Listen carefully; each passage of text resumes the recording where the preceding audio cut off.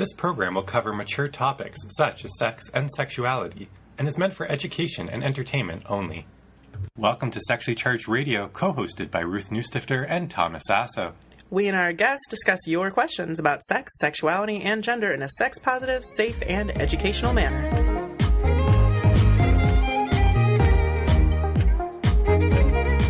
Welcome to Sexually Charged Radio. We're your hosts, Thomas and Ruthie, and we're joined here by Tamlin. How are you today?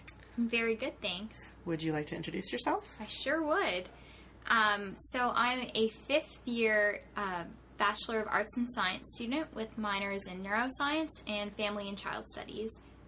Wonderful. And what made you want to join us on Sexually Charged Radio today?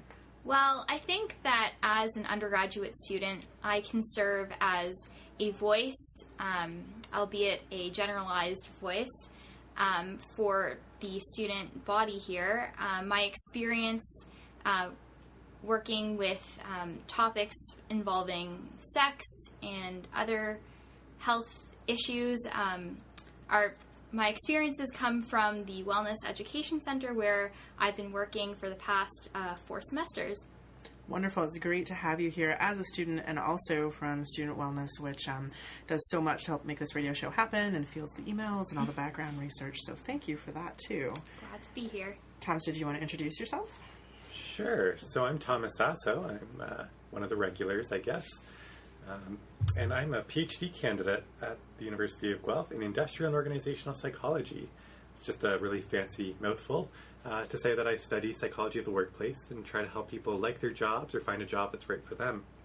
So I also co-founded the Sexual and Gender Diversity Research Lab at the University of Guelph, which is a wonderful resource for on-campus and off-campus organizations. And what about you, Ruthie? How about Thank you for asking, Thomas. So I'm Ruth Newstifter, and I'm a faculty member at the University of Guelph. I'm also the co-chair for the Guelph Sexuality Conference, which happens every year in the summer. And I study resilience and survivors of trauma, especially, but not just, intimate partner violence, and generally about sexual wellness and well-being from a pleasure perspective across diverse populations. So I'm excited to be talking about these questions. Shall we start with the first one? Can't wait. I think so. All right. My last girlfriend said my penis was too small to give her orgasms. We broke up, but now I'm afraid to get naked with anyone else. Can I do anything to make my penis bigger or more satisfying for the next people I sleep with? First thoughts on this question. Tamlin. Enjoyment of the penis. I think that's a very personal opinion. I don't think, in my opinion, are we assuming this is a cisgendered male, or what do we know? It doesn't say, but maybe you can explain to folks what a cisgendered male is, just in case they're not familiar. So a cisgendered male is a male who identifies as being a man. And was assigned male at birth. Was assigned male at absolutely. birth. Yeah. Great. Whereas a person who is trans or genderqueer or other definitions of male might be identifying as male now, but perhaps was not assigned male at birth. So different anatomies and things like that. Different medical histories. Yeah. So we don't know. So I guess we can kind of talk about a variety of anatomies with this as well. Good point. My first thought when hearing this question is that he should own it. Just own him. You do you. That's such a beautiful way of kind of saying it. Just own it. Own yourself. Own your body. I mean, it gets back to this idea of the sex positivity, that, you know, who we are in every way, shape, and form, you know, it's beautiful. And it can be beautiful to ourselves, and it can be beautiful to other people. And some people might not see that beauty or might not see what they want to see, but there's a preference in there that, you know, so for this individual's girlfriend, they've indicated that was a problem. I think, was that too small to give her orgasms? So too small to give orgasm, whether that's a problem or not, I mean, I'll leave it to the former couple to determine. But, you know, for the individual, this is your body, and there are individuals out there that can appreciate penises of all sizes, shapes, forms. And it's about finding someone, or if that's what you're looking for, who can appreciate that. So not everyone is going to appreciate everything about everyone else. Absolutely. And there's a few things that really stand out for me in this. First of all, is just to recognize how distressing this must be for him. You know, to have a sexual experience with someone who critiques your body in some way, on appearance, on functionality, on some of each, on other things. That's an awful thing to do to one's partner or sex partner. And perhaps we've all made that mistake, so I don't want to be judgmental about her, but to recognize that this is really distressing to the point where it's causing him issues with hooking up later. So I'm noticing that, but I'm noticing a lot of things in this question. So I'm noticing that it's in this question, it's assumed that it's his penis's responsibility to give his girlfriend orgasms. I think we can definitely talk about that. You know, he's concerned about the visual of his penis, the functionality of his penis, that perhaps we're thinking of penis and vagina sex, as the only kind of sex.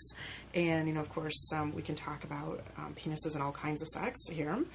And also what he really wants to know is if there's a way to make his penis bigger or more satisfying for future people. So we can also talk about size and whether we can or can't change size, and satisfaction and where that comes from. So I'm thinking about all of these things, but also just really want to recognize what an awful situation to have happen. And so I'm so sorry that this has happened to him. And I hope he's also received many compliments along the way, but, you know, we don't know. Maybe not. So those are the thoughts that I'm thinking about. Yeah, so thinking about that, what does that bring to mind for each of you? So, I mean, it really resonates, I think, in my life. I mean, I am a cisgender male, and growing up, I think that's a very common topic of conversation that was around, you know, males or boys, individuals who identify as having a penis, that size is something that society has sort of dictated is important. And shape and appearance of the penis is important. And so you're growing up with this sort of body image obsession of what it needs to be, and have no control really as to how that form is going to take, or the size that it will become. And so when you were talking about how distressing it can be for the individual, I absolutely agree with you. I mean, when that's how we grow up, and you hear the media consistently making jokes at the expense of small penis size, you know, it totally negates the fact that you can have a lot of satisfaction with any size penis. Because satisfaction can mean so many different things. And I do want to just really emphasize that part, because we don't hear it otherwise. Absolutely not. And what is a small penis? So we're also talking about these ideas we have about what size of penis should be, based on what? Based on porn? Based on guesses? Based on weird euphemisms and images about bananas and cucumbers? Right? So Tamla, did you have any information you wanted to bring about this, or?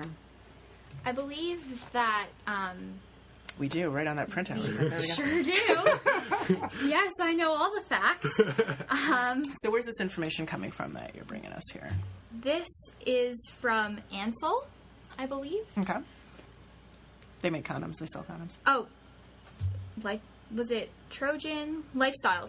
There Not Ansel, not anyone else. Lifestyles condoms.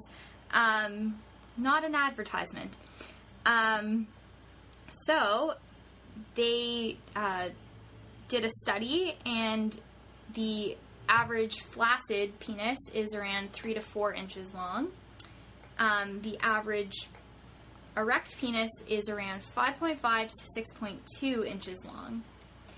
And in circumference, the average erect penis is around 4 to 5 inches. So, I don't know how to do these conversions very well, so I just pulled out an old school ruler, which tells you something about me. So if we look at 6 inches, really, we're looking at like 14, 15 centimeters, right? So that's about the length of a piece of currency, paper currency, right? But also keeping in mind that average means half are larger and half are smaller than that number as well.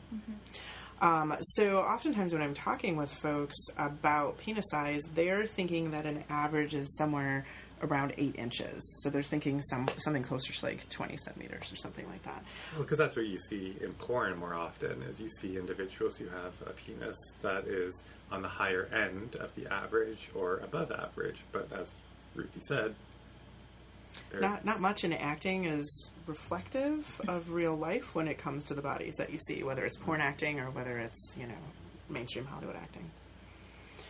So people are often surprised about that size thing, but also adding in there that half are larger and half are smaller.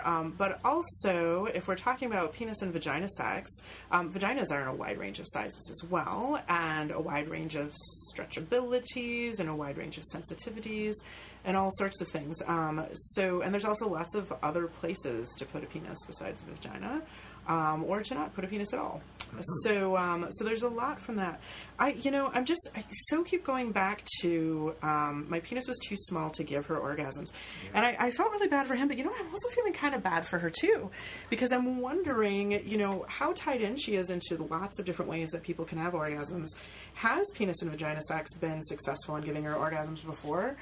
Is it consistently? For some folks it is, but we know statistically that's the minority of women who are having penis and vagina sex. But to put all the responsibility for orgasms on someone else really robs you of the ability to kind of take charge and joyfully make that happen for yourself or with any partner, regardless of a wide range of types of sex. So I keep thinking about that as well. So I also feel bad for her. Yeah, and I think part of that, again, it's where does some communication come in too here? I wonder, was the breakup a result of this? Did they have communication beforehand of what was working, what wasn't working in the penis vagina sex? Because I wonder if maybe having those conversations a little earlier, saying, this isn't feeling right for me, this isn't kind of hitting me in the right place. That's the wrong term. Great pun. That was a great pun. Keep going. You're good. And I think part of it is, if someone isn't feeling satisfied in their sexual relationship, how do we insert the... Again, I'm just going with the puns. Just insert. How do we insert the commentary to say, okay, let's take a pause. What's working for you? What's working for me? What's not working for you? And what's not working for me? So that, as you kind of noted, Ruthie, that we can talk about that there are other forms of sexual satisfaction that individuals can provide for each other that might be equally or more stimulating and satisfying. Regardless of penis size. Regardless. Or if there's a penis or not a penis. Yeah, absolutely. And so I think, going into that little tangent or spiral, it's, when does that communication start, and how do we start that communication? That is a good question. Tamlin, I want your thoughts on this. So it can be awkward or drunk or whatever enough to start having sex with someone you haven't had sex with before. Consensual sex. I know I just mentioned drinking. But also to add in that communication, I think that for some people it can feel easier to have it just happen or kind of blunder into the situation and avoid the communication around it. Because that communication is risky and scary and bumbling, and we don't necessarily have language for it. I would be interested in some of your thoughts around how, the question of what's good sex for you and what's good sex for me. When does that conversation happen? How does that happen? Well, unfortunately, I feel like that conversation only happens when you have that sense of trust with the other person. Oftentimes, I don't want to make a generalization, but when you first meet someone and you have sex with them, let's say the first night you meet them, you're probably not going to talk about, what's good for you if you feel like, oh, I don't want this person to judge me. I want this person to think that I know how to do everything to satisfy my partner. Or I feel awkward telling my partner that I like doing this. So I feel like when you get to know a person, that's when the good conversations start coming, and that's when there's the open communication and the comfort of expressing likes and dislikes. That makes a lot of sense to me. It also makes me a little bit sad, because I think of the tremendous potential for really pleasurable, anonymous or casual sex that isn't happening because of a lack of conversation, because it is awkward and difficult. What you're capturing, I think, is correct for a lot of people. Absolutely. But it just makes me sad that this casual sex could be so much better than it is with a little bit of communication back and forth. But that takes a lot of confidence. It takes a lot of knowing your own body. It takes a lot of being okay with how the other person will or won't respond. It takes a lot of clarity of thinking, which may or may not be happening at that time in the evening or weekend or whatever. You know, Morning. Absolutely. So it takes a lot of things. And I think it takes some practice too, and hopefully some positive experiences, which did not happen for this person, at least not in this situation. But I'm wondering if there are ways to incorporate that, to have casual sex, and as part of the flirting or as part of the conversations that happen on the way to it, saying you're really hot. This is really hot. It would be even sexier if you might be interested in trying this. Would you be interested in that? You're listening to Sexually Charged Radio at the University of Guelph on CFRU 93.3 FM and online at cfru.ca. Yeah, well, and it's interesting now with technology too, where individuals are using apps like Tinder or Grindr in order to meet people, and they meet by pictures, and then they have maybe a texting conversation or just a picture conversation. And I wonder if there's a bit more communication that can emerge in that sort of medium, that you don't know this person. And so what do you communicate? Do you communicate what your preferred, sexual position is? Do you communicate certain demographic characteristics about yourself based off of the app? Do you send pictures of certain things? Which inherently may say, okay, before we even engage in a sexual act together, that we are communicating a little bit through that. Is that medium helping in contrast to when you just meet up with someone at the bar? And what's your tipping point for good enough? So is it that you're just trying to get laid with somebody that weekend, in which case you have to have a wide range of options because you're not communicating very much, if that's your tipping point? Not that you have to be okay with everything, but you don't know what you're going to find, and hopefully you can communicate something together, at least some consent things. Or, are you coming from a place of saying, like, I really like sex in this particular way, or I really want someone who honors my body, or I really need something kinky in this particular power direction, or I really need you to be okay with the fact that, I don't want to know your name, or whatever the case may be, or I really, really do want to know your name or something. And what is that? What are those good enough kind of tipping points for folks, and how can they go ahead and communicate that up front? Because it's a risk. Like, why not take the risk? Put what you would like to get out of the experience out there. Worst case scenario, they say, I would prefer to not engage in this, and then you suggest something else. So I do want to note his question at the end here. Is there a way to make the penis bigger or more satisfying for the next people I sleep with? I would suggest that this particular writer, or anyone who's wondering, spend a little time just kind of learning about penile anatomy and coming to understand it. There's a lot of products on the market that promise to make penises bigger. I've not seen any research to support that any of them work, aside from suction devices, which can provide a temporary change in any kind of erectile tissue. But I've not seen any good studies, and then maybe they're out there, but I haven't seen any good studies supporting that there's a long-term change around that. Anecdotally, there's people who say that that's happened for them, but I'm not seeing it in the research.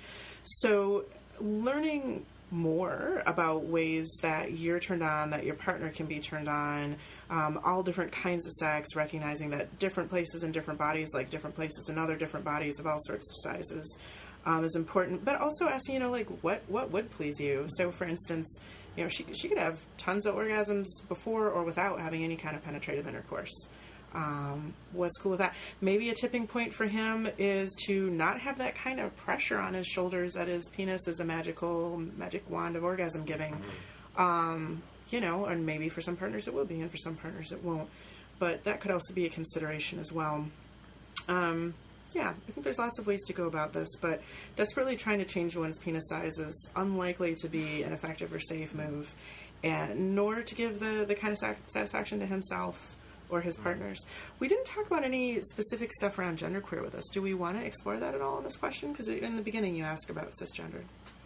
Yeah, I think it's an important topic to think about, that individuals' bodies can change as they go through a transition process. If an individual does identify as trans or within sort of the trans umbrella. And so that an individual who is assigned at birth as female may have gone through transition process. I'm drawing a blank on the name of the procedure. So are you talking about taking hormones like testosterone and things like that? Well, or are you talking about doing hormones, but also checking out phalloplasty? Or? Yes, phalloplasty. Those are pretty rare. They are, and the functionality is up for debate. Right, but if we're opening, I think sure, it's yeah, bring it up for sure. It's a good option for some people. But it's also because again, and I think today I'm just really on this communication kick. It's about, well, with a partner, how are you communicating to understand and how to understand and respect their body and the full body that's there. And so that an individual may not have a body that you expected, that you're, and I'm doing some air quotes here, used to. And I think it's about challenging ourselves to learn a bit about if we have partners who are trans-identified, in terms of having the communication around what their body is like for them and how they experience pleasure and how you both can experience pleasure together. Does that make sense? Am I kind of... Absolutely, yeah. And I think that a lot of this is relying on the assumptions we make around being cisgendered, right? So we assume that everybody's body works in a certain way based on certain cisgender anatomy, right? But that assumption clearly isn't accurate for a lot of folks and isn't useful and can be really harmful. So when we talk about it and we talk about trans bodies and genderqueer bodies, we talk about being more open about that and more understanding and conversing, but those are skills that we could probably all benefit from. It's just that set of assumptions, which has probably been doing us wrong a lot of the time anyway, kind of has to go out the window and we realize it then, for sure. And also recognizing that it isn't just a one way of learning someone's body. Like, you're each bringing tremendous sexual skills into a relationship, cis, trans, whatever, and your own knowledge of yourselves and the partners you've had before, if any, and things that turn you on. So, yeah, it is an opportunity to recognize that those assumptions may not be beneficial or accurate, but it's probably something good for us all to learn as well. Yeah. And it's great when everybody can just kind of introduce their own bodies and what works for them, regardless of anatomies, too. Yeah. Say, what would our takeaway from this question be?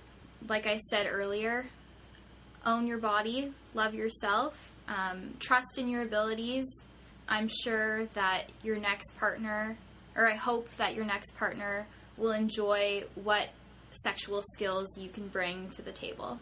For me, I'm thinking about sex and bodies as being fun and wonderful, and what do you need in order for it to be fun and wonderful again? Maybe whatever that tipping point is for you about what's good enough in your next partners, adjusting that to, I'm saying fun and pleasurable and wonderful, but whatever it is that you're going to need to feel that confidence in your body, which is fantastic, just the way it is. I've not even seen your penis, please don't send me a picture, but I know that it's fantastic. Yeah, and I think, my wrap or my takeaway on this is really to say we need to challenge our assumptions. I want to echo you, Ruthie, because I think it was such a beautifully articulated point in that, we all need to challenge what we expect, what we hope for, what do we consider, air quotes again, normal size, what do we consider average, what do we consider small, what do we consider satisfaction. Think about our own assumptions that we're having and that we bring into a sexual encounter. Challenge ourselves to really delve into what do we expect of our partners, and especially expecting things of them that can't necessarily be changed or can't be changed easily. So when we challenge those assumptions for ourselves, I think it makes things better for our partner, but it makes a lot of things better for ourselves, because then we're able to break down some of that baggage that we carry about our own bodies and our own selves. So that's my little takeaway from this question. Well said, everyone. Well said. Thank you. You're listening to Sexually Charged Radio at the University of Guelph on CFRU 93.3 FM and online at cfru.ca. Welcome back, everyone, to Sexually Charged Radio. We're here with Thomas and Tamlin and myself, Ruthie, and we have our next question. This one's about asexuality and orgasms and pleasure and boyfriends and all kinds of stuff. I'm a girl, and I think I'm asexual, but how do I actually know? I have a boyfriend, and I don't really enjoy sex, and I've never felt anything pleasurable during sex, but I do masturbate. First thoughts on this one?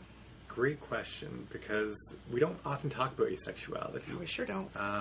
So, when we think about the lesbian, gay, bisexual, trans, queer, plus communities, sometimes individuals put an A at the end. Sometimes that A means ally. Sometimes that means asexual. So it really doesn't get much visibility. And so my initial thought is, no wonder we have a question out there, because we don't talk about it. We don't talk about it as a whole social structure. My sex education, I don't know about for either of you, if you ever heard the word asexuality. And no, not until recently. Not in the way that it really means that. I think I heard the words asexuality and desexualized as synonyms, which is not true. Yeah, and so, you don't learn it in elementary school or high school, or didn't. We have a new sex ed curriculum coming out in Ontario, so keep our fingers crossed there. That lack of knowledge that's out there, and even within sort of the LGBTQ plus communities, we don't talk about asexuality. So I'm excited that we have someone writing in about this, because we need more conversations and we need to talk about this topic a lot more. Good point. Tamlin. Just like Thomas said, I too am very excited about this question, because in my travels and experiences, I have not had a lot of exposure to talking about asexuality, so I think this will be a very interesting conversation for me to learn a few things. I like this topic, and I like the boldness of asking that this person is exploring this as a possibility. I think not too many years ago, it would have been really hard to have heard this word at all. It's still not very common. So it sounds like nobody at the table here is personally identifying as asexual or isn't being out about that. So I guess, a full disclosure in this is to talk about that we're talking about a group that we don't in any way identify with. I certainly have some dating history with folks who identified as asexual, although that, nobody can speak for everybody in their group, and they're not even here to speak for themselves. So I guess that's what we're bringing into this personally. So we have a definition of asexuality from the Asexual Visibility and Education Network, which is at asexuality.org, which is just the letter A and then the word sexuality all together in one word. Asexual is defined as someone who does not experience sexual attraction. But they do note that you can still think people are aesthetically attractive or desire to be affectionate without feeling sexual attraction, and that there's a spectrum of asexuality. Sexual and asexual are at the endpoint, so like sexual on one end, asexual on the other end, and gray asexuals is in the middle. For example, someone who does not normally experience sexual attraction but does experience it sometimes, and experiences sexual attraction but has a low sex drive. Or experiences sexual attraction and drive but not strongly enough to want to act on them, or can enjoy and desire sex but only under very limited and specific circumstances. So all kinds of stuff in this middle ground, and many gray asexuals still identify as asexual because they may find it easier to explain. So there's all sorts of things around language there as well. But they note, and I think we can discuss this too, that asexual people can want and choose to have sex, enjoy it, have children, satisfy their curiosity, masturbate, whatever the case may be. So hopefully that kind of puts everybody who's listening and ourselves on the same page about what this means. I've also heard about demisexuality, which is defined as only feeling sexual attraction after having a strong emotional bond. So there's all this about asexuality, but the second half of the question too, which is I don't really enjoy sex and I've never felt anything pleasurable during sex, but I do masturbate. So there may be two different kind of topics going on here. But let's talk about asexuality first, because it's so easy to skip that because we're not used to not talking about it. Mm-hmm. And what I also want to hone in on is that right from the beginning, the question writer says, I think I'm asexual. Mm-hmm. So I love the sort of exploratory. I don't know. It's not sort of, I'm afraid I'm asexual. It's, I think. Mm-hmm. And I think that's a beautiful way of, talking about the questioning of sexuality. And that this is sort of an experience where an individual gets to learn about themselves. Yeah. It's okay to not know. It's absolutely okay. It's okay to know and then not know and know again and go back and forth with that. That's all fine. And then not know and then not know and then not know. Yeah. And know and then the next day not know again. Mm-hmm. I've done a little bit of reading on asexuality, and not that I want to say that the academic literature is the best source, because academics can be wrong. It's the nerdy source we have, Thomas. You and I. It's what we have. And you as well, Tamlin. I think it's important to see it as that spectrum, and as actually, in fact, multiple spectrums of talking about sexual attraction, romantic attraction, emotional attraction. Starting to delve into those different components of if there is or isn't, or the spectrum and intensity of attraction. I like that, how much you're bringing it back to attraction, which was also in the definition, because the first part of this question is, how do I actually know? But then the asker goes on to talk about sexual experiences. We don't say to straight people, oh, you've never had sex with anyone yet, how do you know you're straight? Like, we just trust that. But we ask that question of every other sexuality. So bringing it back to that attraction and kind of knowing yourself, or learning how to know yourself. And we're always changing too, so the you were a year ago is not necessarily the you are today. I think that you have to, like, explore deep inside of yourself, like, what does asexuality mean to you? Whatever it means to you, that's what it is. That's who you are. That's really well said. And right in there, when you're saying it, it made me suddenly say, well, we're just putting a label on, its language. And that maybe you do identify as asexual if that's what feels right to you, but maybe you feel something and you just don't want to put a label on that feeling. So when you said it, just resonated really strongly. So thank you. Mm-hmm.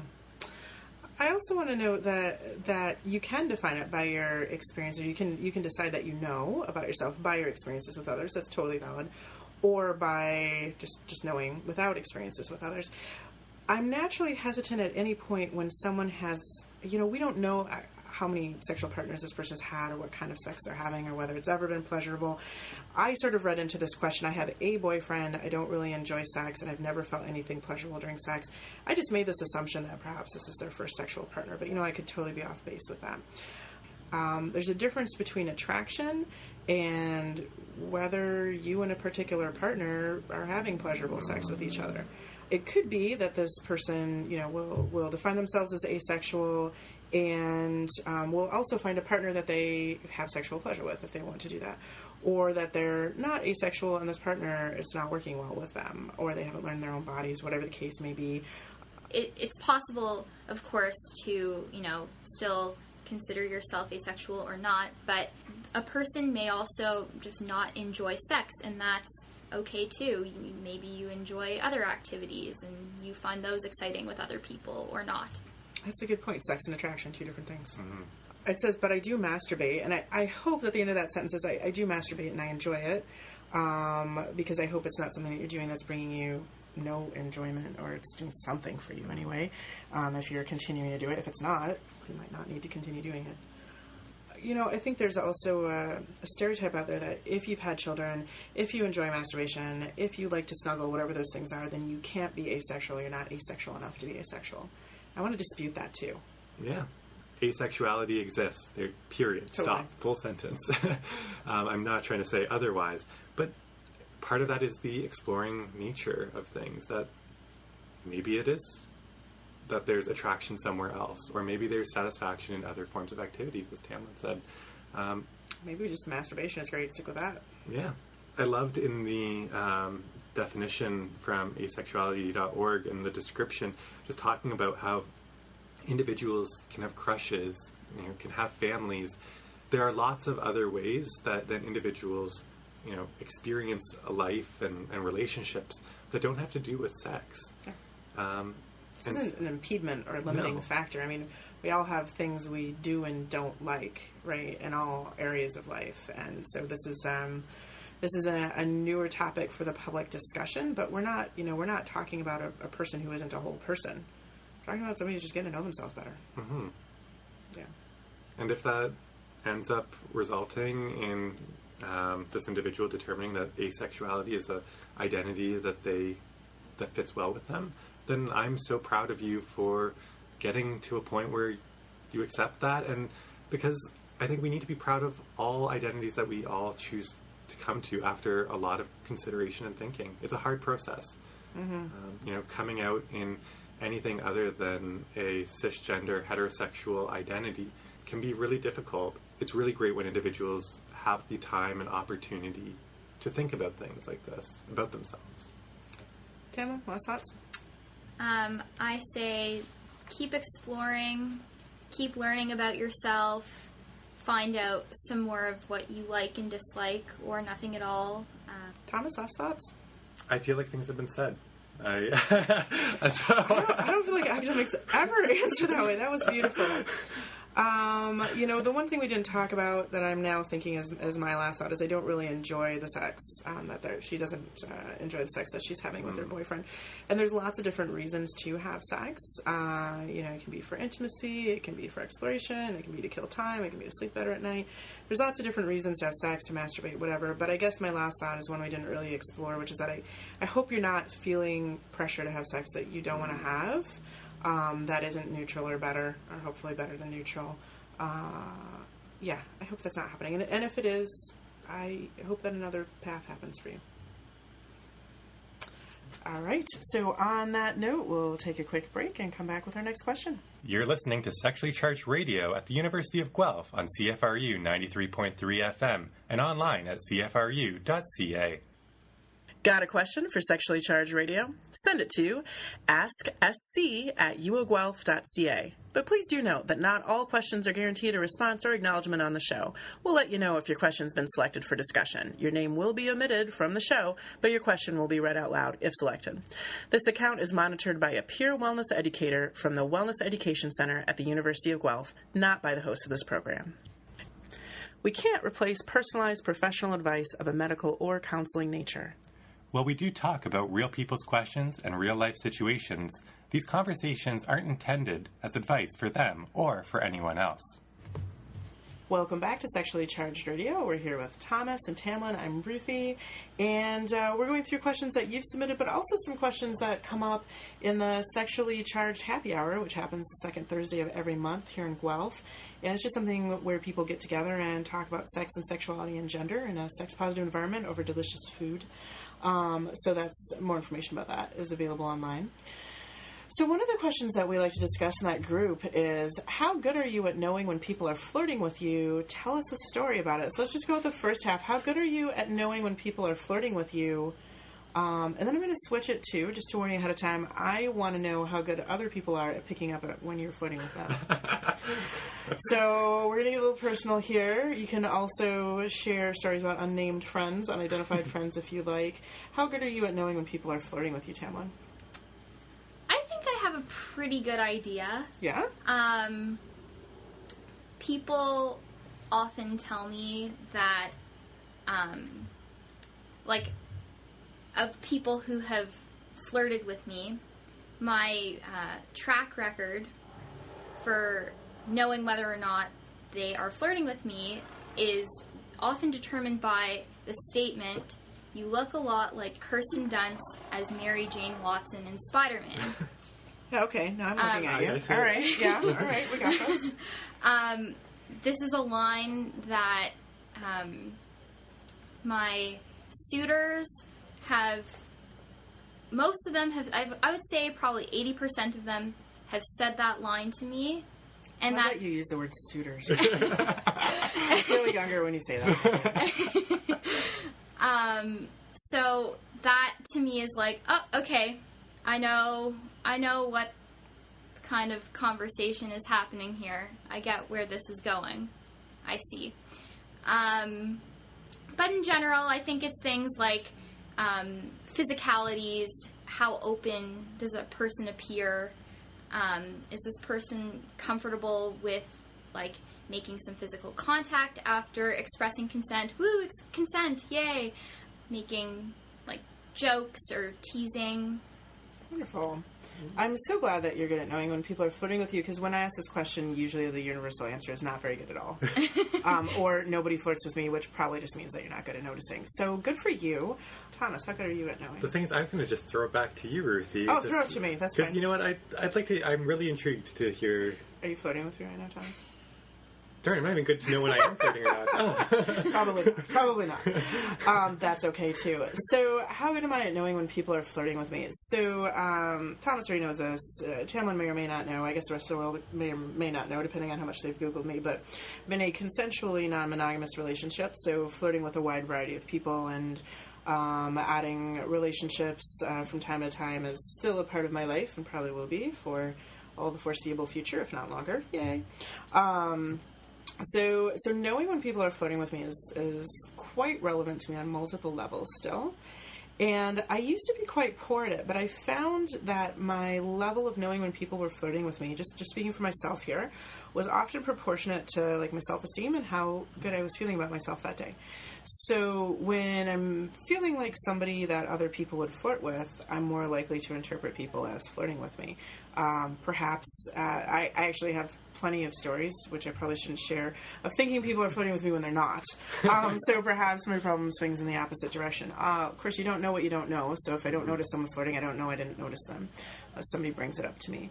Although I tend to also be the more assertive ones in these situations, so I am more likely to be the person who starts the flirting or who notices their body language and then goes from there.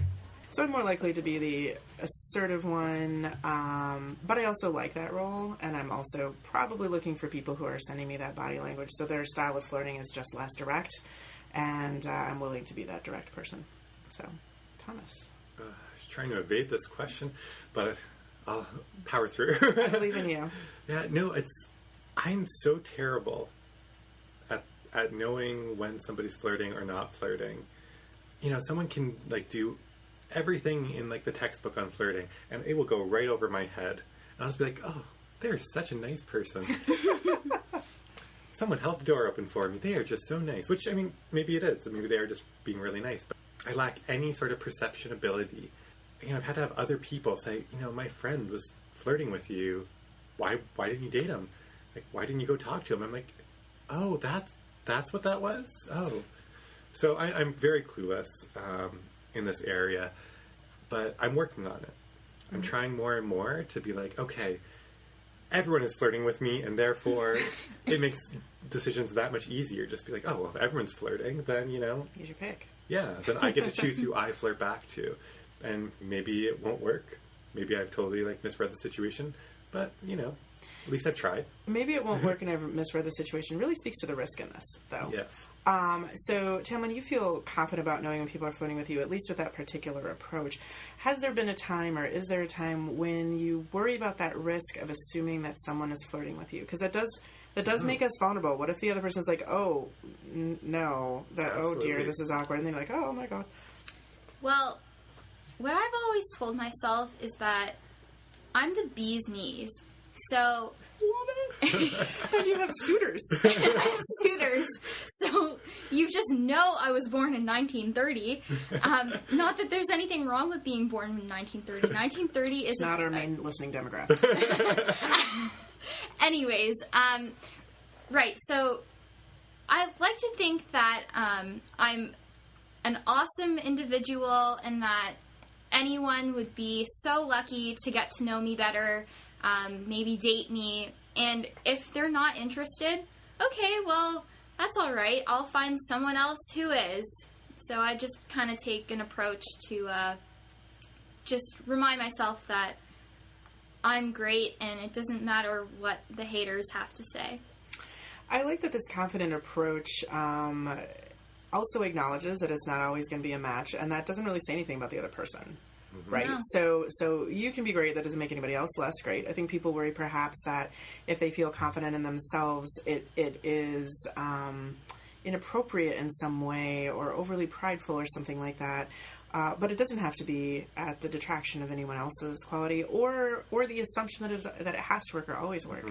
Went to this dating workshop once at a place where I was teaching some sex ed workshops too, and the activity that Reed Mahalko had us do was to go around in the group and just speed flirt with each other with our eyes, with a word or two, and the point was to get used to being rejected and not taking it personally. And that his theory was that if we could just get used to not taking it personally when we're rejected, the risk goes down, we realize it's not a big deal, there's other people out there, and we can be more comfortable with flirting and receiving flirting without obligation or that kind of vulnerability. What do you think, Thomas? I think that was part of an episode of How I Met Your Mother. Did he steal it from television? Or television stole it from him. That's quite possible. But yeah, I think that what this came up, and when you brought up the idea of risk, it did remind me of experiences that, you know, flirting can pose some potential risks. So I identify as a gay male. I may have said that earlier this episode, but if not, well, surprise. And living in certain environments, is safer or less safe to engage in flirtatious behavior. And that's something I always have to evaluate in a moment. Is it safe to flirt with someone? If I perceive that someone else is flirting with me and then I act upon it, could I then be putting myself into a dangerous situation? And safety and danger in lots of ways. So we might think of physical ways first, which is absolutely legitimate. Mm-hmm. But there's lots of things too. There's a higher repercussion in these situations. Mm-hmm. I mean, there's the possibility that this individual becomes, verbally abusive and then pulls in sort of a mob mentality that creates social ostracism, which can be, equally as damaging as physical violence at times and in different ways, depending on the community you're in. Because you're potentially outing yourself and to an individual, and if the rest of the community didn't know, who knows, what sort of spiral that could lead to. So I do think exhausting to have to weigh that all the time, even, very exhausting to have to weigh those extra factors. So now I think about, why do I have such a hard time perceiving when other people are flirting with me, or why do I struggle to flirt with other people?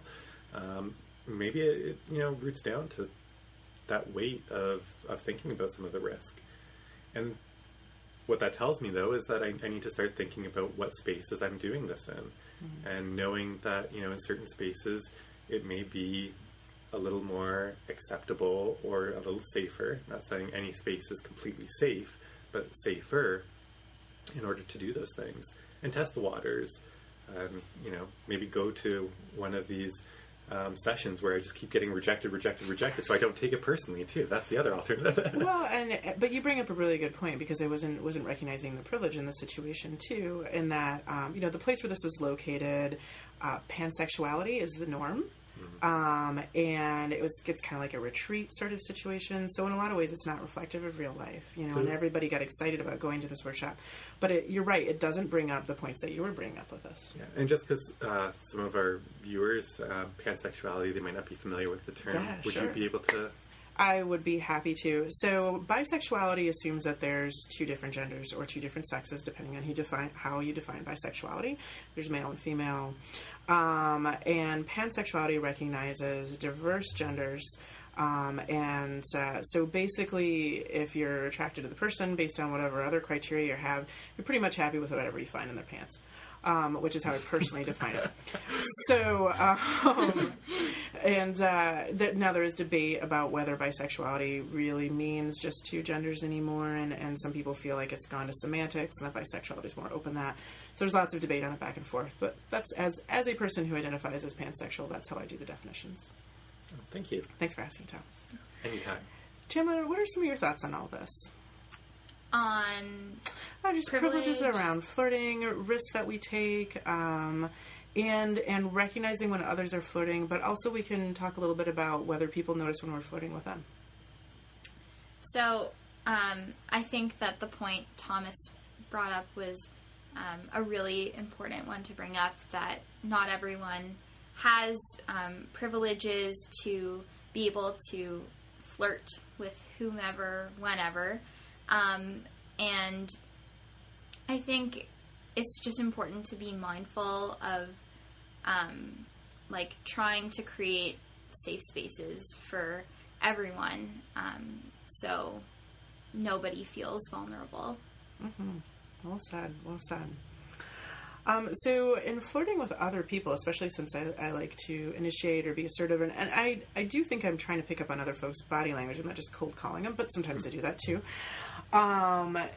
I've been playing a lot more with consent in flirting, and I have been flirting with people, I come up and approach them, but I have been also thinking about folks who are introverted or in other ways, using other words to describe themselves, the end result being that they may not notice when others are flirting with them so much. And wanting to ask about being in their space and whether it's okay to flirt, and let them know directly that I'm trying to flirt with them, that I am not just being friendly, I have ulterior motives, and I'm interested in whether that's okay with them or not, right? Because there's a thin line between flirtatious and creepy, and it has a lot to do with whether the other person wants you to be there or not, in addition to how you behave yourself, of course. So lately, when I've been flirting with people, I've been experimenting with lines like telling them that, I noticed this or that about them, or somebody you know, I know they know a friend of mine who said great things about them, and I really would like to flirt with them. Would they be interested in that? And it takes people aback a little bit because it's unusual, but the response to it has been really nice. And also, it lets me be graceful in my exit of the situation without having to pretend that I was never interested in flirting. The whole idea of backpedaling is gone now because I've already put it out there. So when people say something to me like, oh, you know, that's really nice, but I'm just here to have a drink with my friends or something like that, I'd be like, that's great. Thank you so much for telling me. I still think that outfit's awesome, and I'll see you around. And it ends it on a respectful note.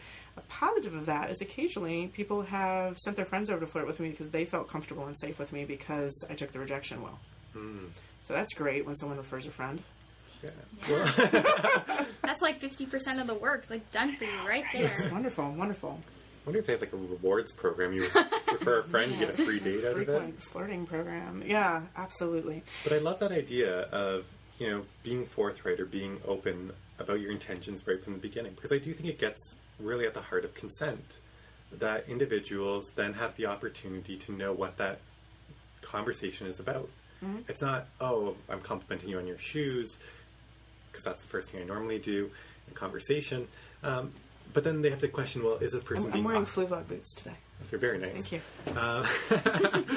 But we don't have to worry, like, are they being authentic with me? Do they really want to get to know me, or do they just want to get in my pants? Which I think, you know... Some of each, perhaps. Maybe it's some of each. But, you know, there can be, again, a little more risk in, okay, well, you know, is this somebody who could be a friend? Is this somebody who's, like, being a creep? Or is it somebody who is authentically, like, interested in me and wanting to see where it goes? Absolutely. And not saying that where it goes has to be, you know, 40 years married, you know, with children, grandchildren, a cat, a dog, and a hamster. Unless I'll that's take the what you hamster. want. I'll take the dog.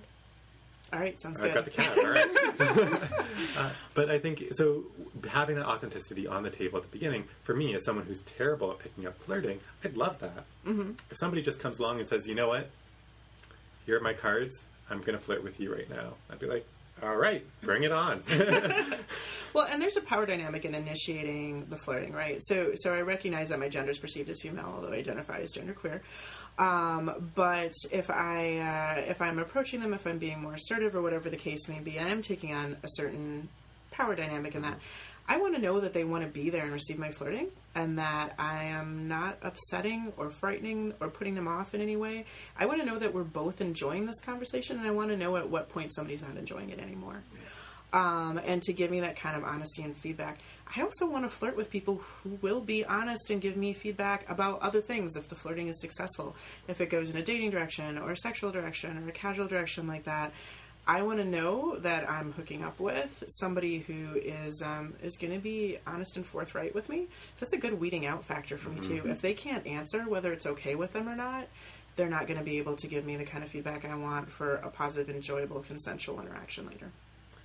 Also recognizing that maybe it's in that first response, they might be taken aback. Sure. So it might take a couple minutes for the individual to then be able to articulate because they're just unsure. Sure. Oh, somebody's just overtly flirting. That's a weird question. Yeah. So sometimes it maybe takes a few minutes for them to get to that language piece where they're able to communicate that. So it's not, oh, as soon as I go up and say something, if they say nothing or they're just deer in headlights, that they aren't going to be able to communicate later on. Getting at the fact that maybe an introvert could have a bit of a harder time to respond. Yeah, good point. Careful weighing of how long to stand there until I go, this is awkward. That fine line, creep versus flirter. Sorry. Yep. I think that people should be trying to steer the conversation towards a is it all right if I ... approach, because I know some people like they don't quote unquote want to be mean by telling a person, look, like, I'm not interested, please leave me alone. And then it's just, you know, bothersome for both people because the person trying to flirt, you know, is getting frustrated that, you know, we're not making any progress with anything here. And then the other person is like, oh, well, I want this person to go away, but I want to be nice.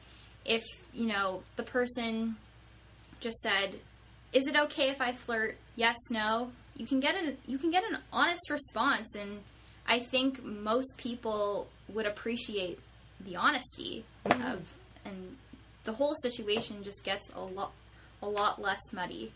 And I've had people say, well, it depends. It depends on what you want out of this flirting. I love to hang out and flirt with somebody, but I'm not going home with you. And then I can also gauge where I want to, because I would love to spend an evening with no commitment flirting with someone and not go home with them, because that's like the best of maybe not all worlds, but many worlds, you know. So there's lots of opportunities in there as well. Good. Yeah, and I just want to touch upon the phrase that you said, is it all right if ... And I thought, if we all just kind of talked that way a little bit more, and particularly 'cause my head is in that